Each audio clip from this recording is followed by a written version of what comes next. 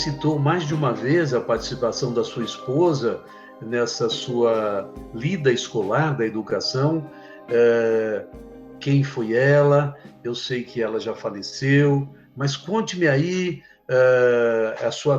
a caminhada de vocês dois nessa luta toda. Então, eu sou viúvo 3 vezes. A minha primeira mulher faleceu com 24 anos, a Regina. Aí depois, eu e a minha mulher, nós ficamos juntos a primeira 3 anos. Depois, a minha segunda mulher, a Vera Pacheco Lomba, a gente morava junto. Aí teve um dia que ela falou assim para mim: Ô, Braz, casa comigo. Aí eu falei para ela: escuta, Vera, o pneu do ônibus passou na sua barriga ou na sua cabeça? Você não está entendendo isso. Mas no hospital, eu sofri um acidente em 82 e a Vera cuidou de mim, entendeu? E a Vera cuidou de mim. E aí um dia lá no hospital, que eu fiquei 6 meses no hospital Heliópolis, eu falei para ela: ô Vera, vamos casar? Ela falou assim: o pneu passou na sua barriga ou na sua cabeça? Eu falei porque eu pensei que ela estava brincando, entendeu? E aí ela mudou completamente comigo. Eu falei: o que está acontecendo com você? Ela falou: porque quando eu falei vamos casar, era verdade. Falei: para mim é indiferente. Se você quer casar, a gente casa. Aí a gente casou em março. Ela foi para um congresso na Bahia e faleceu. Puxa vida! E faleceu lá. Uhum, Voltou morta para cá. uhum. Aí eu já conhecia a Arlete, porque a gente dava aula junto. E aí um dia a Arlete me deu uma carona e eu chorando por causa da Vera, né? Porque ela fez uma falta danada. Aí eu falei para Arlete, falei: sei, mas a Vera era tanta coisa para mim, fazia tanta coisa para mim. E ela falou para mim: o que a Vera fazia por você, eu também faço. Aí na hora eu pensei: eu não estou sozinho no mundo. E aí nós vivemos junto quase 30 anos, então a gente se conheceu há muito mais de 30 e nunca casamos oficialmente, mas a história dela é diferente, porque foi por causa dela que eu fiz pedagogia, ela que me influenciou. E eu virei diretor e vivo dessa forma hoje, e logicamente que ela faz parte essencial disso. Mas o mais bonito disso é que durante esse período todo que nós ficamos juntos, a Arlete foi diretora bem antes de mim. Fomos professores juntos, demos aula junto. Ela foi assistente diretora numa escola que eu trabalhei. Então, a gente respirava essa coisa educacional, mas a educação mais da escola, entendeu? Então, tem um lugar que ela sentava ali. Eu gosto de cozinhar, de fazer as coisas. Então, ela sentava lá, fumava e enquanto eu fazia as coisas, a gente batia papo, a gente só conversava de escola. E a Arlete, apesar de ter nascido aqui em São Paulo, de ser uma pessoa classe média, de origem, a gente sempre se entendeu muito bem. E desde a primeira caminhada da paz, a Arlete participa. Ela só não participou na última por causa do câncer. E eu fui lá, na hora que a caminhada saiu de lá de dentro do céu, eu voltei para o hospital. Pro hospital. Então, a Arlete estava sempre lá. Então, ela começou a viver Heliópolis, a entender de Heliópolis, a ser gostada pelas pessoas de Heliópolis, entendeu? Muito, muito. Eu estou enganado ou há uma escola, algum estabelecimento aí de educação com o nome dela? Lá é Céu, Heliópolis, Arlete, Persoli. Então, Ah, porque esses princípios da escola, principalmente o princípio da autonomia, da responsabilidade e da solidariedade, ela levou isso para a escola dela. E era criança de EMEI. Os alunos delas faziam de EMEI assembleia para tomar decisão. Por exemplo, um exemplo de coisa que os alunos delas a prefeitura não mandava mais feijão. E eles queriam feijão. Só aí fizeram uma assembleia e chegou a nutricionista lá onde eles estavam fazendo a assembleia. Aí todos os alunos começaram a gritar: feijão, feijão, feijão. E a nutricionista ficou envergonhada. Ela se virou e conseguiu feijão, mas feijão preto, porque não tinha feijão branco, e no outro dia tinha feijão preto. E tinha aluno que falou, viu como a nossa Assembleia deu resultado? Mas em vez de mandar feijão, mandaram até feijoada para nós, porque o ah, feijão era é preto. preto. Eu, às vezes, conto esse exemplo. Outra assembleia da Escola da Arlete que fazia, então as crianças jogavam muito areia no olho das outras crianças, criava problema, etc. e tal. E aí fizeram uma assembleia para o aluno criar cultura, se educar para não jogar areia no outro. E aí os caras levantavam e ia lá dizer por que não devia jogar a areia, o que causava, etc. e tal. E uma menininha foi na frente falar com todo mundo que eles não podiam jogar areia, porque dentro do olho tem um buraquinho, e se esse buraquinho entupir por areia, a pessoa não pode mais chorar, não pode mais sair lágrimas. É dessa forma que convenceram, que aprenderam que não pode jogar areia no amiguinho que dá problema. Então, quando surgiu o céu, durante o período, quando estava construindo, eu cuidava de tudo.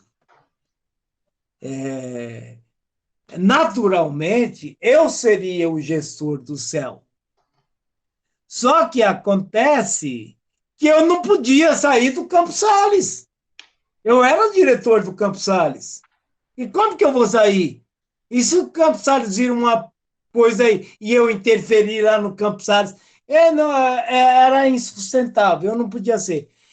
E aí foi passando o tempo, precisava de um gestor, de alguém lá para cuidar, porque eu não podia cuidar de tudo.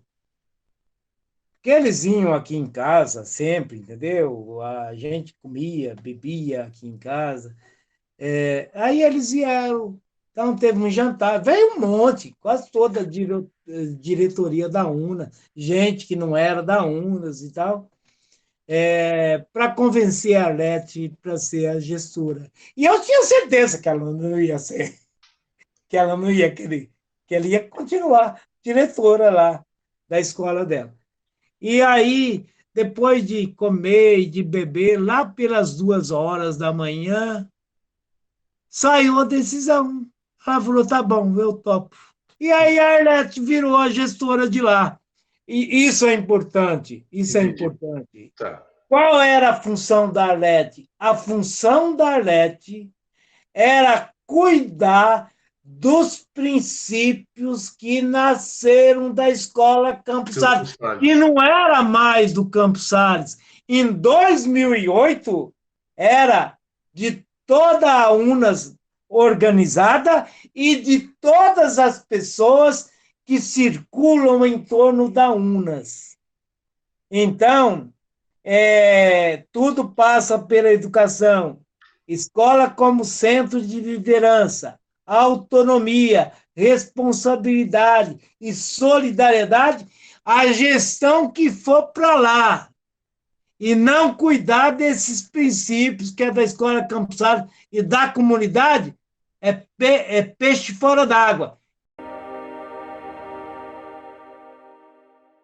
Veja, o Brás fez um trabalho de uma forma que ele não gosta que se fale em legado dele, né? Ele não gosta, nunca foi tratado dessa maneira. E um trabalho da forma como o Brás fez, ele fez para que isso não tivesse um dono, né, que não fosse um trabalho de posse. O Brás desenvolveu o trabalho de uma forma, dentro da Campos Sales e no próprio bairro Educador, que ele se tornou um trabalho coletivo, né? Então, quando eu volto para a escola, eu volto no sentido de olhar exatamente para esse projeto que foi desencadeado na escola, que tem um surgimento para princípios que ele possibilitou lá dentro. E eu vou embora com isso, né? Então, assim, eu não... Está escrito, eu trabalho em cima de um projeto político-pedagógico, né? E eu conheço cada um dos princípios. Quando existe algo que possa vir a ser questionado, eu estava nos momentos em que esses princípios surgem. Então, eu estava, por exemplo, quando bate forte no peito isso. E aí não dá, por exemplo, para se inventar ou para dizer assim, olha, mas esse princípio, ele quer dizer assim ou ele quer dizer assado. Aí pega, porque eu lembro quando ele surgiu, eu lembro quando aconteceu, né? Eu lembro quando começa a caminhada pela paz, quando... o Brás quer chorar, mas não sai lágrima, porque esses sentimentos do Brás, né, que ele não vem, nunca o Brás chorou. Eu não sei se ele já chorou agora, né, mas o Brás nunca chora. Existe uma época antes do Brás, por exemplo, que o Brás não fala de morte, né? O Brás vai se deixando esses sentimentos de tristeza e tal aflorarem e falar um pouco sobre isso, começam a vir depois. Quando falece alguém tal, o Brás vai lidar com isso na solidão dele, na solitude dele, no ônibus que ele pega para a escola, no ponto de ônibus, em outros espaços. Há um menino, eu me refiro a um menino que tinha... Toda a família era, assim, comprometida, né? Com vícios, né? Eu não me lembro o nome dele, mas ele tinha tudo para não dar certo, o irmão não deu certo, mas esse menino se apaixonou pela leitura, porque aí que está. Dentro da escola do Brás tinha uma professora também envolvida com um negócio que eu acredito muito. Pela arte, principalmente pela literatura, ela fez um projeto de leitura. E ela fazia de tal modo que a leitura engajava o sujeito, fazia com que o menino se envolvesse de corpo e alma para dar sentido à vida, não é? Dar um norteamento na vida. Eram textos muito bem preparados pela professora e ela fez uma série de núcleos. Eu assisti a algum e entrevistei esse menino e fiquei impressionado, porque você via assim uma roda de uns 30, 40 meninos num galpão imenso que tem lá dentro, uma roda imensa, e os meninos lendo, rapaz, eles tinham lido um texto. É uma aula impressionante que você não fez nas escolas. Os meninos liam e traziam, vamos dizer, o que tinham apreendido, mas também aplicavam para a vida, etc. Então, eu me lembro que exploraram muito, por exemplo, o fato do menino, da pessoa humana, sair do buraco, por assim dizer, sair e vir à tona, vir à luz, porque é possível isso, dependendo dele e tudo.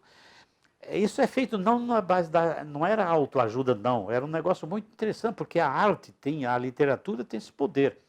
Então, por exemplo, eles pegaram lá Ulisses, eu me lembro que pegaram o Ulisses, aquele da mitologia grega, que o Ulisses sai da guerra de Ítaca, aliás, sai de Troia, da guerra de Troia e vai para Ítaca, onde ele morava. Portanto, ele tem um ideal que é chegar à casa dele, mas antes de chegar lá, ele tem 1000 pepinos, ele tem problemas, ele encontra tentações mil pelo oceano, tempestades. Tem lá a Circe, se eu não me engano, que transforma todo mundo em porco. É interessante isso. A Circe transforma os marinheiros do Ulisses em porcos. E os marinheiros gostam dessa situação de porcos, então começa a se comportar com porcos. E aí tem aquele negócio das sereias. O menino, eles exploravam isso, uma coisa impressionante. Aí ele citava o exemplo do Pelé, né, do Romário, de uma série deles que eram pobres e saíram da miséria e passaram a ser, digamos assim. Essa aula foi impressionante para mim, eu admirei, eu fiquei impressionado com isso.